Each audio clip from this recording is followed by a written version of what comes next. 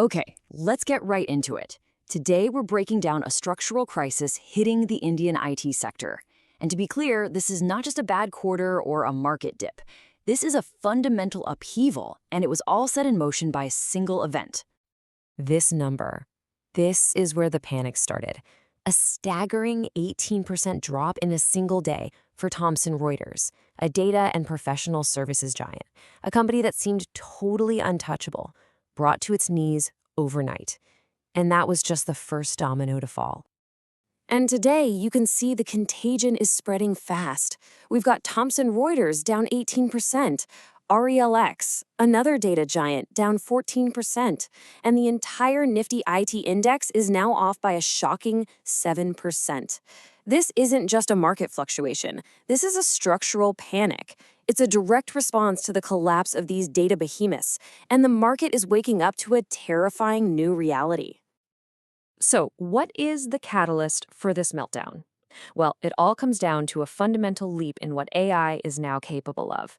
We've just moved from the era of AI as a helpful assistant, a co-pilot, to AI as an autonomous replacement, an agent. And that's, as we're seeing, changes absolutely everything. This right here gets to the absolute core of the issue. You know, for the past year or so, we've all gotten used to AI as a co-pilot, a tool that helps us work a little faster. But Anthropic's new product, Claude Cowork, is an agent.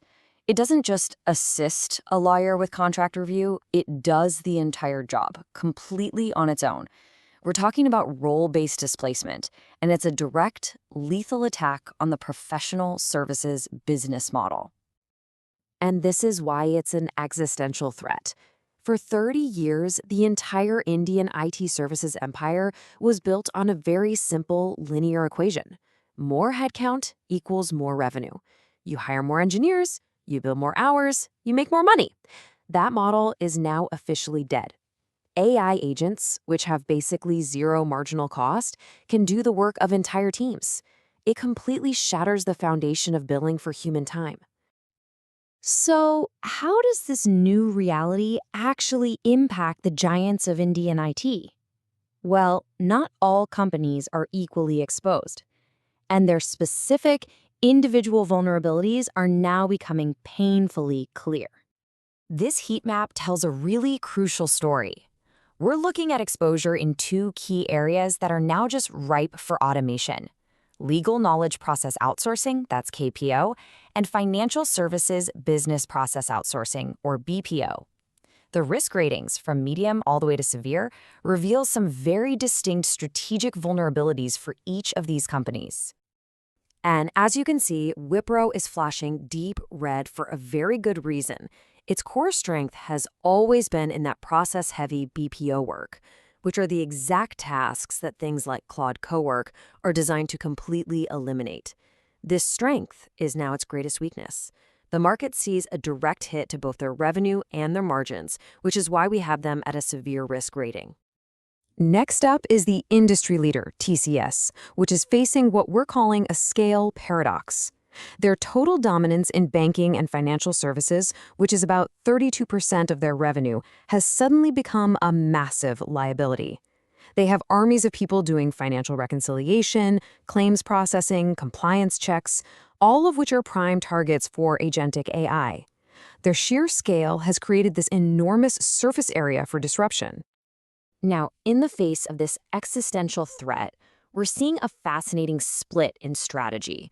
Companies are being forced to make a really critical choice with their capital. Do you defend the old legacy business, or do you pivot aggressively to survive? And the contrast here could not be starker. On one side, you have TCS. They're sitting on a war chest of over 50,000 crore in cash, yet they're choosing to pay out 94% of it as dividends. It's a defensive move, basically giving cash back to shareholders instead of investing heavily in the new AI arms race.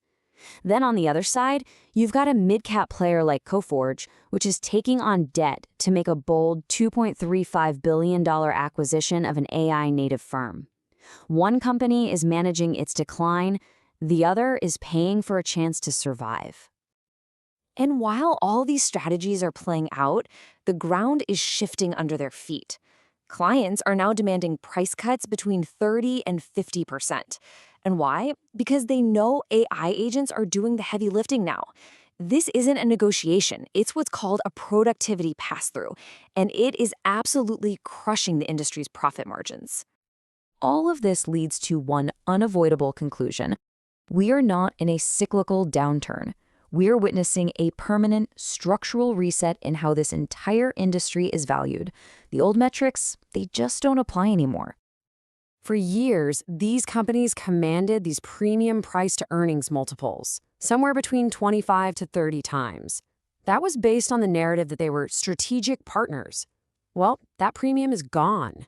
As their services are commoditized by AI, the market is re-rating them as utilities, with projected P/E ratios falling to a much lower range of 15 to 20 times.